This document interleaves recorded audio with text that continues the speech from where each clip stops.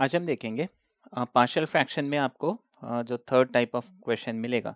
अभी तक आपने देखा कि नीचे सारे जो डिनोमिनेटर में फैक्टर्स मिलते हैं वो लीनियर होते हैं। दूसरा फिर हमने उसमें टाइप देखा कि जो वो लीनियर फैक्टर्स मिलते हैं उसमें कोई लीनियर फैक्टर रिपीट हो रहा है ना, x-2 का होल स्क्वायर x+3, है ना, x+1 का होल स्क्वायर या होल क्यूब, इस टाइप के अगर क्वेश्चंस मिलते हैं तो कैसे करना है। आज आप देखेंगे एक स्पेशल टाइप। हाँ, ये मैं टाइप 3 बोलूँगा। अभी आपको क्वेश्चन बोला हुआ है 18 अपॉन x+2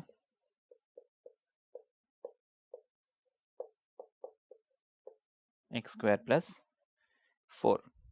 ठीक है ना, ये आपको क्वेश्चन दिया हुआ है। अब देखिए इसको हमें कैसे करना है।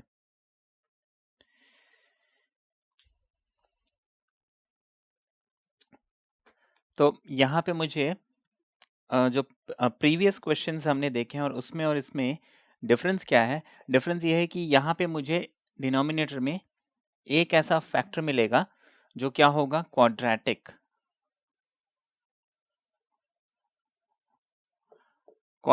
होगा, और इस तरीके से कि उसको मैं स्प्लिट नहीं कर सकता।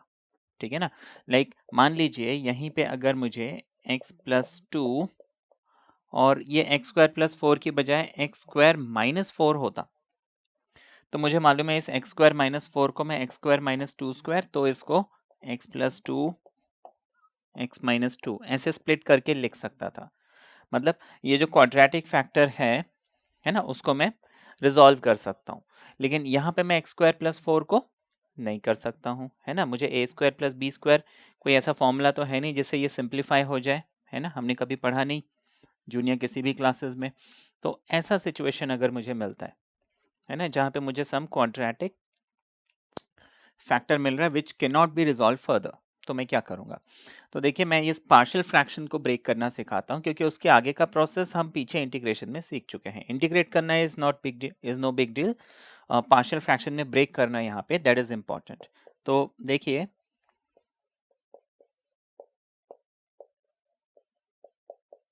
ये दिया हुआ है, तो मैं प्रोसेस फॉलो करूंगा a upon the first term which is x+2। अब जो ये हो गया, अगर यहाँ x+1 होता तो मैं b अपॉन x+1 लिखता, है ना, एंड सो ऑन, वो तो प्रोसेस रहेगा ही। इसके लिए देखिए हम क्या करेंगे, जो क्वाड्रेटिक फैक्टर मुझे मिलता है उसके लिए हम, ये जो क्वाड्रेटिक एक्सप्रेशन मुझे मिला है इसके लिए हम क्या करेंगे, इसके न्यूमरेटर में अभी देखिए a यूज हो चुका है तो मैं लिखूंगा b with an x plus c, ये मुझे ध्यान रखना है। ठीक है ना, जो भी क्वाड्रेटिक फंक्शन मुझे मिल रहा है उसके न्यूमरेटर में मैं bx प्लस c ऐसे लिख लूंगा। ठीक है ना, ये मुझे ध्यान रखना है। तो ये हो गया। इसके आगे का प्रोसेस वही है कि multiply both side bye x+2 and x²+ 4। ठीक है ना, तो ये हो जाएगा 18 equals to a times x² + 4 and bx plus c times x+2, ये मिल गया। अब मुझे करना क्या है, देखिए ये जो लीनियर एक्सप्रेशन है इसको तो मैं जीरो बना सकता हूँ। लाइक मैं लिखूंगा late x+2 is equal to 0, यानी x इज इक्वल टू -2। ये वाला टर्म तो जीरो बन जाएगा बिकॉज -2 + 2 0, तो ये पूरा खत्म, है ना। मेरे पास बच गया 18 is equal to a times x की जगह -2 डालूंगा, -2 का स्क्वायर हो जाएगा 4, तो ये हो जाएगा 4 + 4 यानी कि 8, तो ये हो जाएगा 18 is equal to 8 times a। 8 को हम यहाँ ट्रांसफर करते हैं तो a की वैल्यू मुझे कितनी मिल गई, 18/8, 2 9 ज़ा 2 4 ज़ा, a मुझे कितना मिल गया 9/4। ये तो हो गया, ठीक है ना, a तो मुझे मिल गया। प्रॉब्लम कहाँ आ गई, b और c कैसे निकालें, क्योंकि अब मैं जीरो किसी को पुट नहीं कर सकता। क्यों, उसका रीजन है, देखिए मैंने x+2 को जीरो पुट कर लिया, अब मेरे पास नेक्स्ट टर्म बच जाता है x² + 4, मैं एक्स स्क्वायर प्लस 4 को 0 पुट नहीं कर सकता, क्योंकि ऐसा करने पे मुझे एक्स स्क्वायर माइनस 4 मिलेगा, और किसी भी रियल नंबर का स्क्वायर नेगेटिव नहीं हो सकता।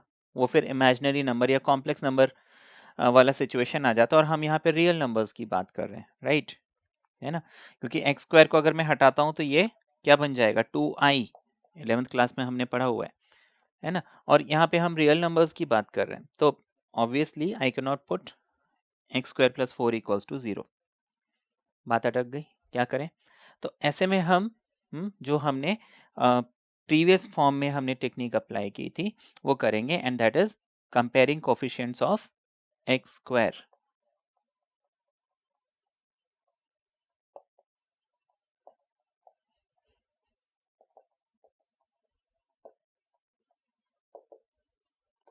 Comparing coefficients of x square. अब देखिए इस तरफ लेफ्ट हैंड साइड में there is no x square, सिर्फ मेरे पास 18 है which is a constant term. तो मैं यहाँ पे 0 टाइम्स एक्स स्क्वायर लिख सकता हूँ। अब देखिए इसको पूरा सिंप्लीफाई करने की जरूरत नहीं होती है। हाँ, a times x square, A x square, A into 4 मुझे 4a मिलेगा, एक्स स्क्वायर मिलेगा ही नहीं, तो उसको लिखने की जरूरत नहीं है।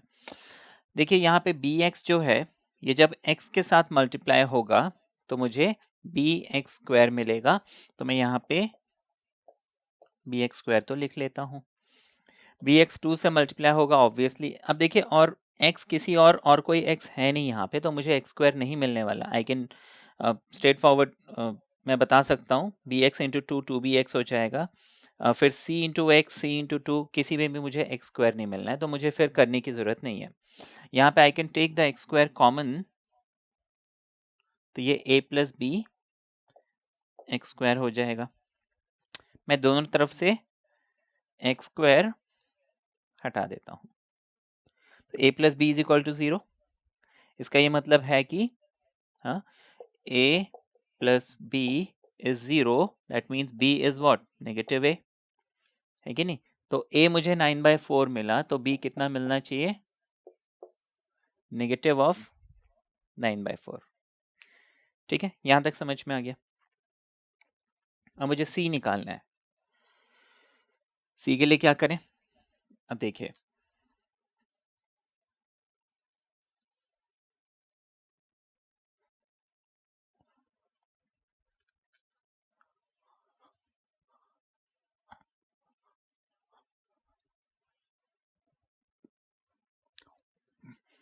मेरे पास इक्वेशन था 18 इक्वल्स टू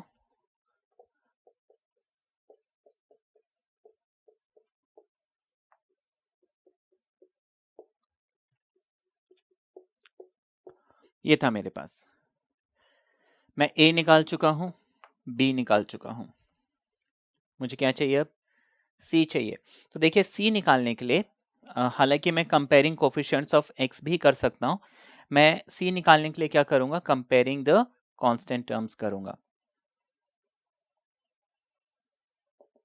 आप x comparing coefficients of x भी कर सकते हैं, लेकिन फिर वो जो है थोड़ा सा लंबा हो जाएगा, इसलिए मैं कंपेयरिंग ऑफ कांस्टेंट टर्म,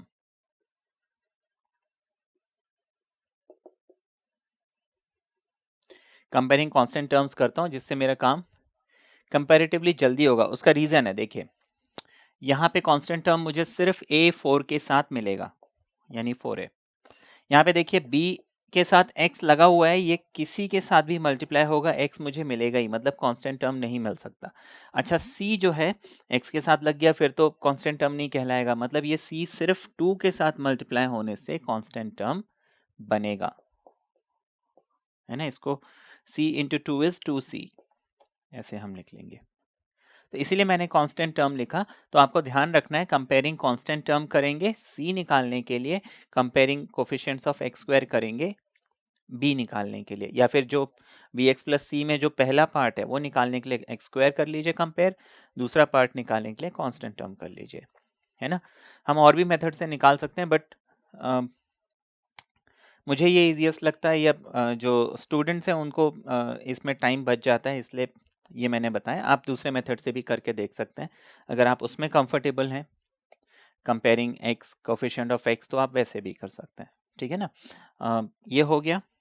अब यहाँ पे कांस्टेंट टर्म मुझे मालूम है 18, तो मैं 18 लिख देता हूँ। I already know the value of a which is 9/4, तो उसको मैं यहाँ पुट कर देता हूँ, है ना। a इज 9/4, 9 को यहाँ भेज देते हैं, ठीक है ना। ये हो गया 9, 9 इधर आएगा, 18 - 9 इज इक्वल टू 2c, 18 - 9 हो जाएगा 9 इज इक्वल टू 2c, 2 को यहाँ भेजते हैं तो c बन जाएगा 9/2, सो c इज 9/2, ये मुझे मिल गया। अब क्या करना है, ये वैल्यूज हम रखेंगे,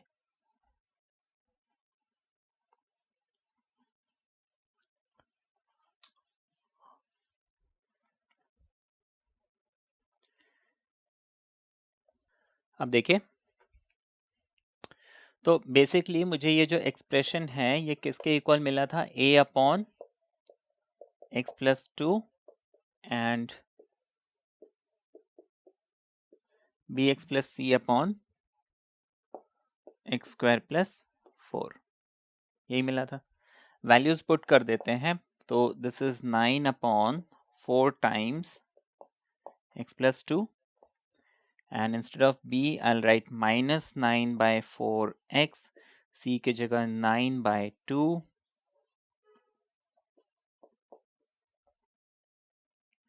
ठीक है, ये हो गया। अब क्या किया जाए, देखिए मैं इसको ना सेपरेट कर सकता हूँ, ठीक है ना। तो मैं इसको रादर देन ऐसे लिखने के, ये 9/4 और x²+4 इसको ऐसे रहने देता हूँ, और 9/2 अपॉन x²+4 ऐसे लिख लेता हूँ। दैट मीन्स ये 2 जो है नीचे आ जाएगा, तो ये 9/2 ऐसे लिख सकते हैं। अगेन यहाँ पे मैं इसको 9x -9x और 4 को मैं नीचे ले जाता हूँ, तो ये मेरा जो है प्लस माइनस माइनस, तो माइनस सामने आ जाएगा, ठीक है ना। इतना समझ में आया, I can do it like that. अब मुझे करना क्या है, इस चीज को इंटीग्रेट करना, यानी इन तीनों को अलग अलग इंटीग्रेट करना। That means I integrate this minus I integrate this plus I integrate this. अब देखिए बहुत इजीली ये सॉल्व हो जाएगा।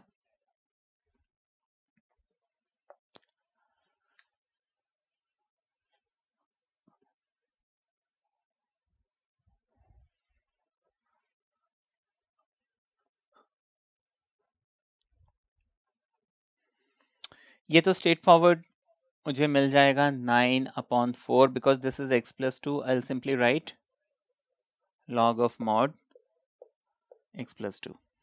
ये पार्ट तो ओवर। यहाँ पे क्या किया जाए, 9/4 में कॉमन ले लेता हूँ,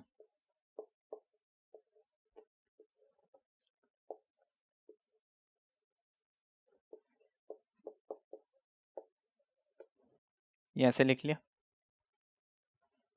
यहाँ पे 9/2 में बाहर ले लेता हूँ,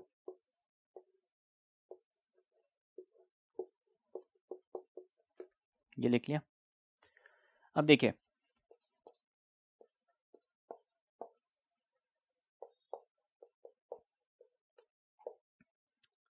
इसको हम, मुझे अब पीछे जाना है, जो टेक्निक से देखना है कौन सी टेक्निक यहाँ पे लग रही है। तो x²+4 if I put this as t, x dx हो जाएगा dt/2, ठीक है ना। तो वो काम हम यहाँ पे कर लेंगे।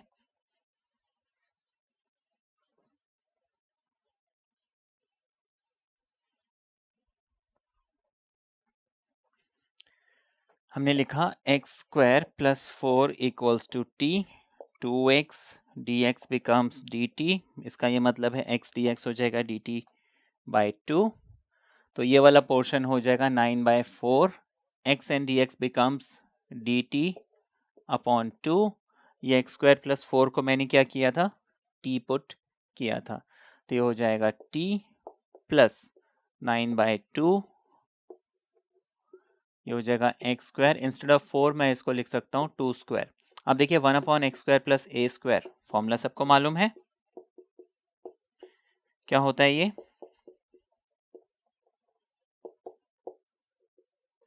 1/a tan इनवर्स x/a, है ना। तो वो फॉर्मूला मैं लास्ट वाला जो इंटीग्रल है उसमें लगा लूँगा और इसको मैं सॉल्व कर लूँगा। तो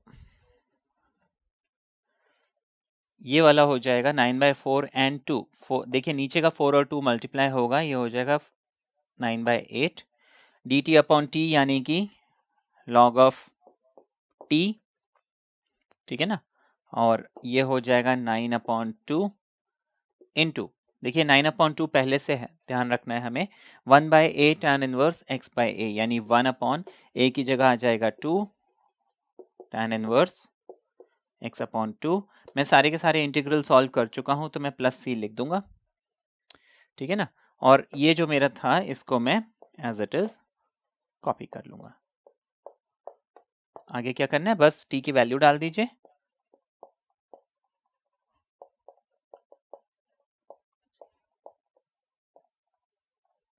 t मैंने किसको पुट किया था, सिंप्लीफाई कर लीजिए, 9 1 ज़ा 9, 2 2 ज़ा 4 tan inverse x/2 plus c, and that is my answer. ठीक है, ये तो समझ में आया। आगे देखते हैं। तो ये था आपका टाइप 3 पार्शियल फ्रैक्शन में। मैं एक एग्जांपल देता हूं जो मतलब इस फॉर्म में लाना पड़ेगा उसे, ठीक है ना।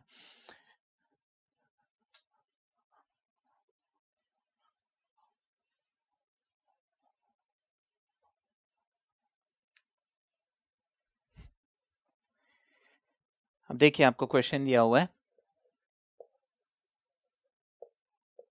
tan x plus tan cube x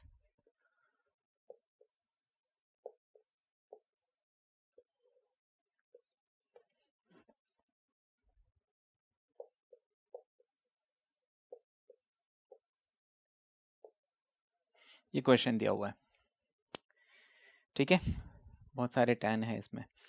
अब देखिए क्या किया जाए। तो tan यहाँ पे मैं कॉमन ले सकता हूँ, और तो कुछ समझ में नहीं आ रहा, तो मैं tan x यहाँ कॉमन लेता हूँ। तो यहाँ पे देखिए tan x मैंने कॉमन ले लिया, कुछ भी नहीं बचा, 1 लिख देंगे। tan x मैंने कॉमन लिया, 3 थे मेरे पास, एक को कॉमन लिया, 2 बच गए, तो मैंने tan स्क्वायर x लिख लिया।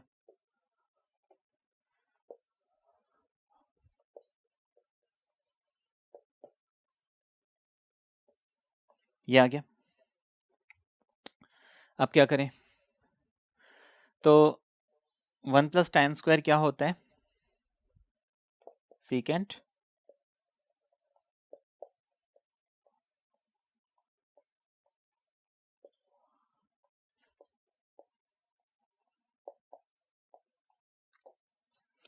ये मिल गया। सब्स्टिट्यूशन किया जा सकता है यहाँ पे, ऑब्वियसली tan को t पुट करूंगा, ये जो है dt बनेगा, है ना। तो वो काम हम यहाँ पे कर लेते हैं। मैंने यहाँ पे सब्स्टिट्यूशन किया, मैंने लिखा यहाँ पे let tan x is equal to t,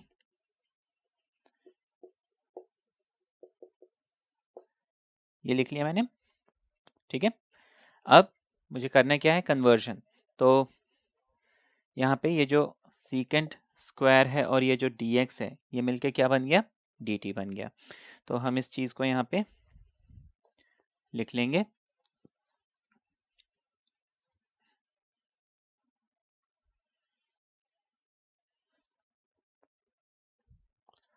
तो सीकेंट स्क्वायर और dx dt बन गया। tan x को मैंने पुट किया था t1 प्लस tan को मैंने t पुट किया था, तो ये हो गया t क्यूब। अब क्या किया जाए, हो तो गया ये बड़ा सा इक्वेशन छोटा, लेकिन अभी भी अटक गए।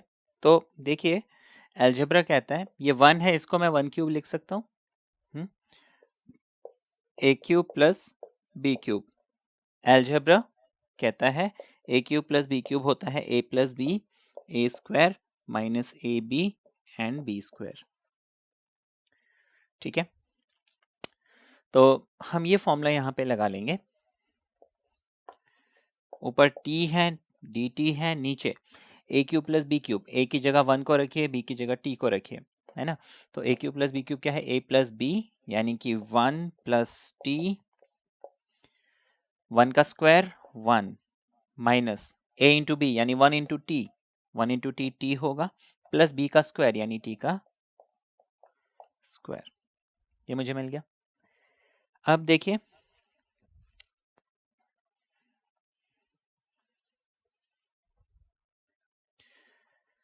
ये जो 1 minus T plus T square है, इसको आप अदर वे राउंड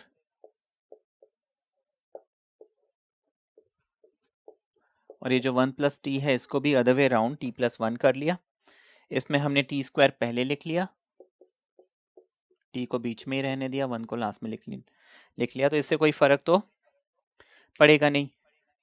अच्छा, ये जो T square minus T plus 1 है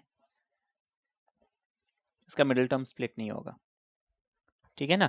और हमने जो टाइप 3 पढ़ा है उसमें यही चीज समझी है कि अगर मुझे कोई ऐसा क्वाड्रेटिक इक्वेशन मिलता है जिसको मैं स्प्लिट नहीं कर सकता, तब मैं ये टेक्निक लगाता हूँ, है ना, जो हमने प्रीवियस एग्जांपल में समझा था। तो अभी इस क्वेश्चन में मैं क्या करूँगा, इस dt को मैं थोड़ा सा अलग लिख लेता हूँ ताकि कंफ्यूजन ना हो। तो मुझे इस एक्सप्रेशन को अब पार्शियल फ्रैक्शन से ब्रेक करना है। तो this is t upon t plus 1 T square minus T plus 1,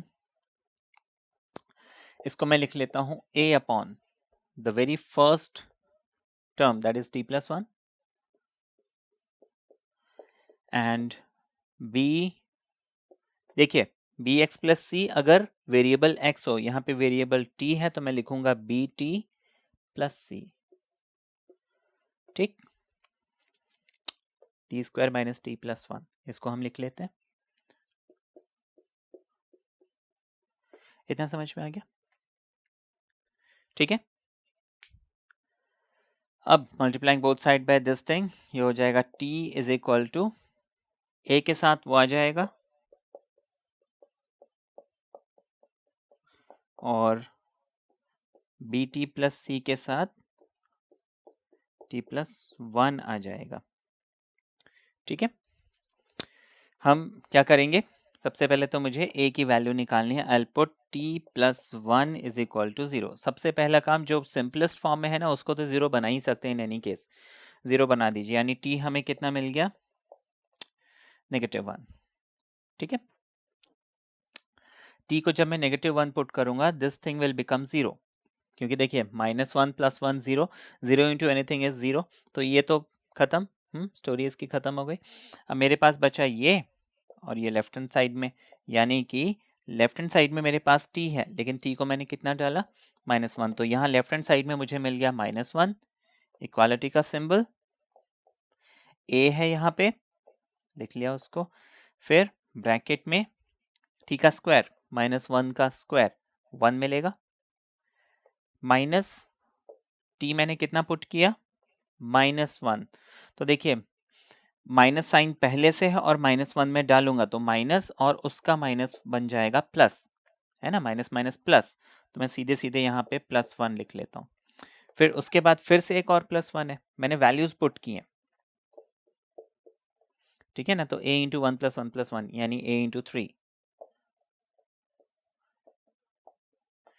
तो a मुझे कितना मिल गया, -1/3, ठीक है। इस चीज को हम यहाँ पे लिख लेंगे।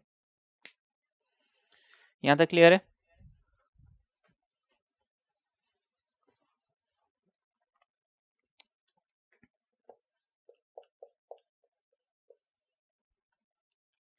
आगे देखते हैं।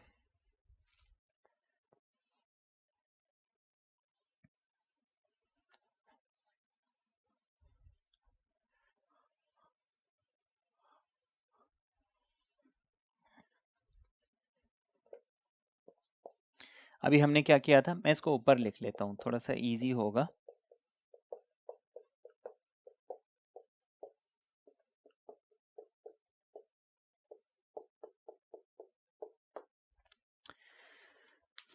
अब a तो निकल गया, b और c निकालना है, तो हम वही करते हैं, comparing x square and constant term, है ना, इजीएस्ट। हम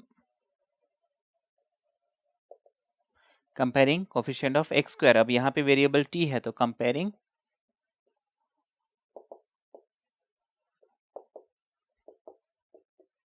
T square.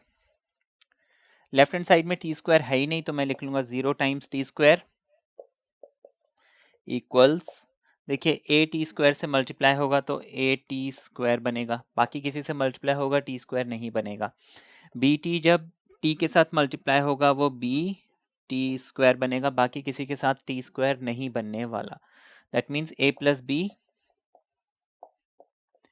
T square is equal to 0 t square cancel, 0 is equal to a plus b मिल गया, है ना। दैट मीन्स ए मुझे कितना मिल जाएगा, नेगेटिव बी, या फिर बी कितना मिल जाएगा, नेगेटिव ए, है ना। A plus b is equal to 0, एक को हम यहाँ शिफ्ट करेंगे तो बी मुझे कितना मिल गया, माइनस ऑफ ए, यानी कि a माइनस 1/3 है तो b कितना हो जाएगा, माइनस ऑफ माइनस 1/3, यानी कि प्लस ऑफ 1/3। ठीक है, b भी मिल गया। नेक्स्ट मुझे क्या चाहिए, c चाहिए, और c के लिए हम क्या करेंगे,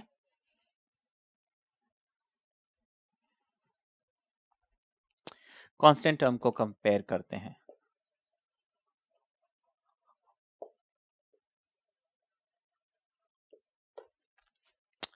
कंपेयरिंग कांस्टेंट टर्म्स। अब देखिए लेफ्ट हैंड साइड में कांस्टेंट टर्म तो है ही नहीं तो हम 0 लिख लेंगे। ए टी के साथ कांस्टेंट नहीं है, ए टी के साथ कांस्टेंट नहीं है ना, यहाँ टी स्क्वायर मिल रहा है, यहाँ टी मिल रहा है, लेकिन ए जब 1 के साथ मल्टीप्लाई होगा मुझे कांस्टेंट मिलेगा। बी इसके साथ टी लगा हुआ है तो ये कभी भी कांस्टेंट नहीं हो सकता, कांस्टेंट यहाँ पे सिर्फ सी हो सकता है, लेकिन वो भी कब, जब ये सिर्फ इस 1 के साथ मल्टीप्लाई होगा, टी के साथ तो कांस्टेंट नहीं हो रहा है, तो ए प्लस सी मिल गया मुझे इज इक्वल टू 0। इसका ये मतलब है सी कितना होना चाहिए, नेगेटिव ए, इस ए को यहाँ शिफ्ट कर दीजिए।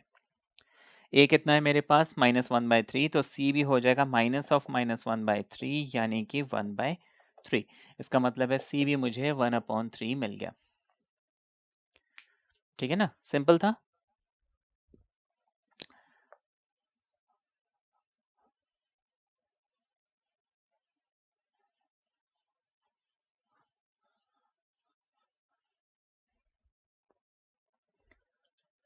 तो ये जो t अपॉन वट एवर था, इसको हमने क्या लिखा था, a अपॉन t प्लस 1, ठीक है ना, एंड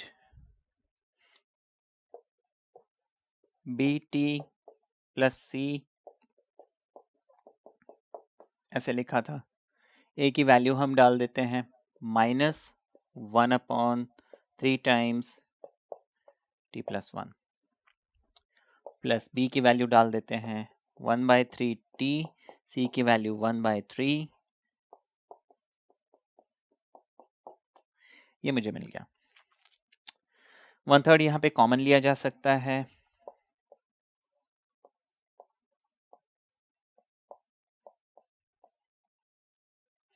तो 1/3 देखिए यहाँ पे 1/3 कॉमन लेते हैं,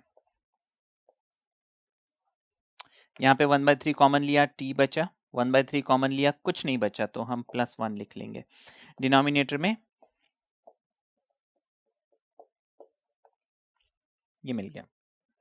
ठीक है ना, तो हम ये लिख लेंगे। अब आगे क्या करना है,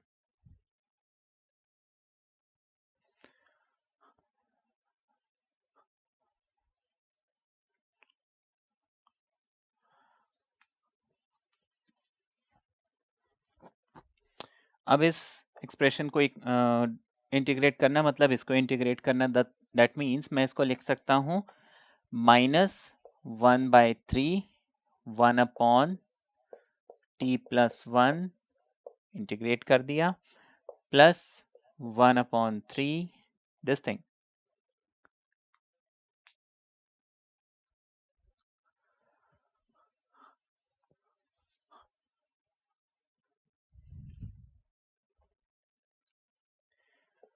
integrate t+1, oh I am so sorry, यहाँ पे मैंने t स्क्वायर -t था, इधर गलती से मैंने +t लिख दिया था। ठीक है ना, अच्छा इतना तो हो गया। अब क्या किया जाए, अब देखिए ये जो फर्स्ट पार्ट है ये सबसे इजीएस्ट होता है, ये लॉग बन जाता है। ये जो सेकंड पार्ट है इसमें थोड़ा सा सोचना पड़ेगा, ठीक है ना। तो इसको तो हमने सीधा सीधा लिख लिया -1/3 log ऑफ t+1। अब देखिए इसका हम क्या करेंगे, 1/3 इज कॉमन टू ऑल। मैं इसको ऐसे लिख सकता हूँ t/t² - t+1, ठीक है ना। या फिर ये जो +1 लिखने की भी जरूरत नहीं है, ये क्वेश्चंस आपने पीछे किए हुए हैं जहाँ पे linear equation upon quadratic equation. तो देखिए इसका डेरिवेटिव क्या होगा, 2t - 1। न्यूमरेटर को मेरे को 2t - 1 बनाना है, ठीक है ना। 2t - 1 बनाना है तो मैं क्या करूंगा कि देखिए मैंने 2t + 2 मैंने 2 मल्टीप्लाई किया तो मुझे 2 डिवाइड करना पड़ेगा, इतना समझ में आ गया। अब 2t मुझे चाहिए क्या था, -1। मैं डायरेक्टली कर रहा हूँ, है ना, इसका टेक्निक मैंने पीछे क्लासेस में समझाया हुआ है। मैं -1 चाहता हूँ, लेकिन -1 किया तो मुझे +1 भी करना पड़ेगा। अब मैं इसको रीअरेंज कर लेता हूँ, -1 मैंने यहाँ लगा दिया और +2 + 1 यानी +3 यहाँ कर लिया। बात समझ में आई? एक बार फिर से देखो, ये डायरेक्टली आपको भी करना आना चाहिए। 1/3 है अभी, ठीक है ना। मुझे ये जो डिनोमिनेटर है इसको डिफरेंशिएट करना है, तो मुझे क्या मिल गया, 2t - 1। इस 2t - 1 को मुझे बनाना क्या है, सॉरी, ये जो t+1 है न्यूमरेटर में, इस t+1 को मुझे क्या बनाना है, जो इसका डेरिवेटिव है उसके जैसा। मतलब इस t+1 को मुझे 2t - 1 बनाना है। t+1 को 2t - 1 बनाने के लिए पहले देखिए t को बराबर कीजिए। अब t यहाँ पे कोई भी मल्टीप्लायर नहीं है, मुझे 2 लाना है, तो मुझे यहाँ पे 2 मल्टीप्लाई करना पड़ेगा पूरे में, है ना। अब पूरे में 2 मल्टीप्लाई कर रहा हूँ तो 2 डिवाइड भी करना पड़ेगा, तो ये 3 के बजाय 6 बन जाएगा, क्योंकि मैंने डिवाइड किया मतलब नीचे 2 मल्टीप्लाई कर रहा हूँ, तो 2 3 ज़ा 6, ऊपर 2 मल्टीप्लाई करूंगा, ये हो जाएगा 2t और 2 1 ज़ा 2। इतना काम तो हो गया, t को मैंने कंपेयर कर लिया। अब बात बच गई इस -1 की, तो -1 तो हम वैसे भी इसमें लगा सकते हैं, -1 + 1, जो डिनोमिनेटर है उसको एज इट इज रहने दीजिए, ठीक है। मुझे इस 2t के साथ -1 चाहिए था, क्योंकि डिनोमिनेटर का डेरिवेटिव 2t - 1 है।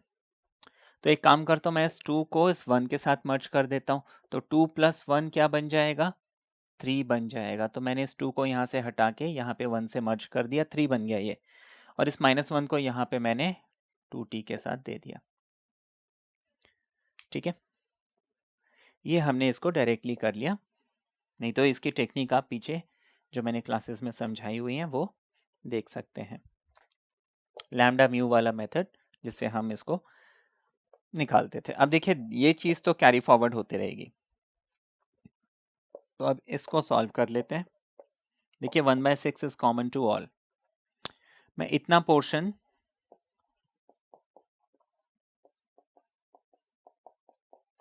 अलग से लिख लेता हूं और +3 को अलग से लिख लेता हूं। 3 को बाहर भी लिख लीजिए चाहे तो,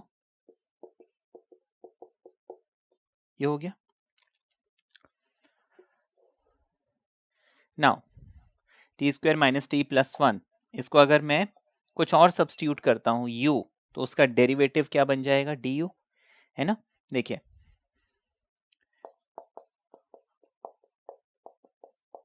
इज इक्वल टू, मैंने u पुट किया, t² का डेरिवेटिव 2t - t का डेरिवेटिव 1, क्योंकि t के रिस्पेक्ट में किया तो dt is equal to u का डेरिवेटिव du।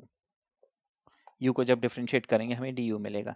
दैट मीन्स ये न्यूमरेटर पूरा का पूरा क्या बन गया, du, डिनोमिनेटर पूरा का पूरा बन गया u, सॉरी मैं बार बार t लिख रहा हूँ। दैट मीन्स इसका रिजल्ट मुझे क्या मिल जाएगा, log ऑफ u, इतना पोर्शन मुझे मिल जाएगा log ऑफ u, ठीक है।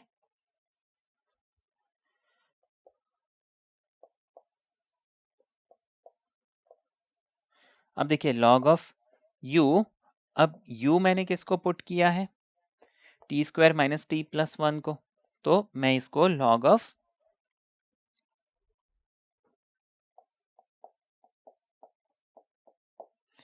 ऐसे लिख सकता हूँ। ये पोर्शन इज डन।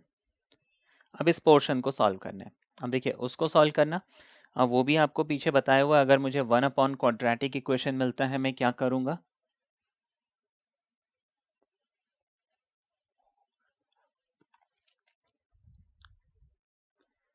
देखिए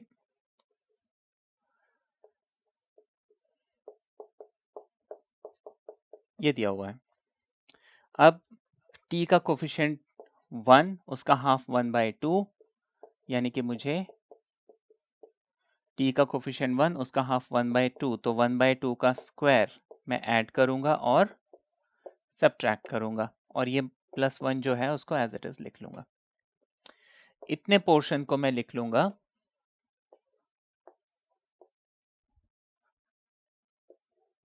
जो ये 3 टर्म्स है ना, t को मैं लिखूंगा, बीच में माइनस का साइन लिखूंगा, ये हाफ का स्क्वायर है मैं हाफ लिखूंगा और होल स्क्वायर कर दूंगा। ये पोर्शन इज डन। ऐसे ही करते थे हम, हाफ का स्क्वायर यहाँ पे माइनस है तो ये 1/4 हो गया, तो 1 माइनस 1/4, 1 माइनस 1/4 होता है 3/4। ठीक है, ये मुझे मिल गया।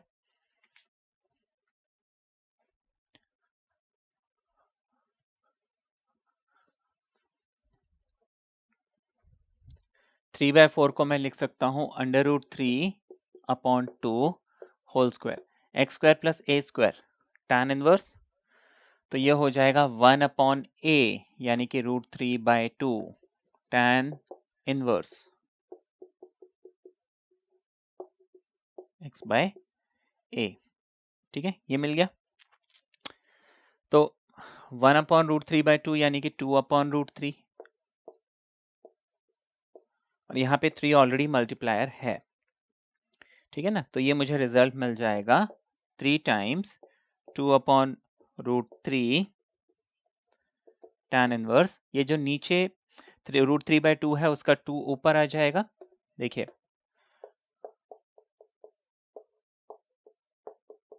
देखिए 2t है ना, एलसीएम लेंगे 2t माइनस 1/2 और नीचे आ जाएगा √3/2 कैंसिल, तो ये मुझे क्या मिल रहा है 2t माइनस 1/√3 है ना। तो ये जो अंदर वाला पोर्शन है ये सॉल्व होके बन जाएगा 2t माइनस 1/√3 प्लस c मुझे लिखना ही है क्योंकि मैं सारा सॉल्व कर चुका हूं।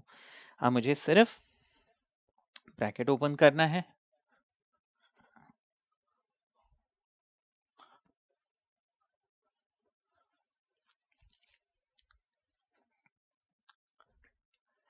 ये -1/3 log t+1 तो रहेगा ही। ठीक है, अब देखिए 1/6 के साथ log आ गया,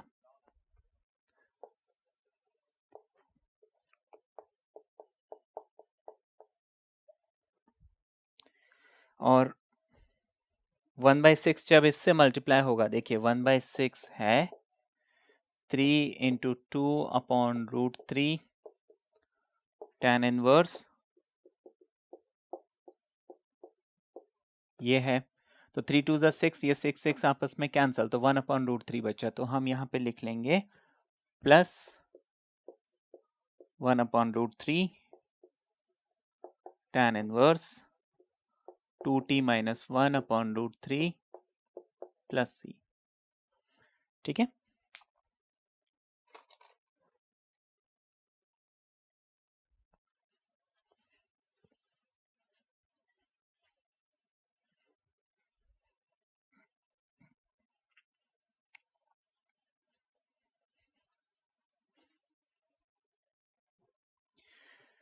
t हमने किसको पुट किया था, tan x को, तो हम वापस उसको पुट कर देंगे, हो जाएगा -1/3 log t की जगह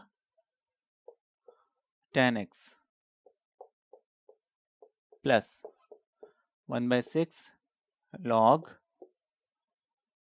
tan स्क्वायर एक्स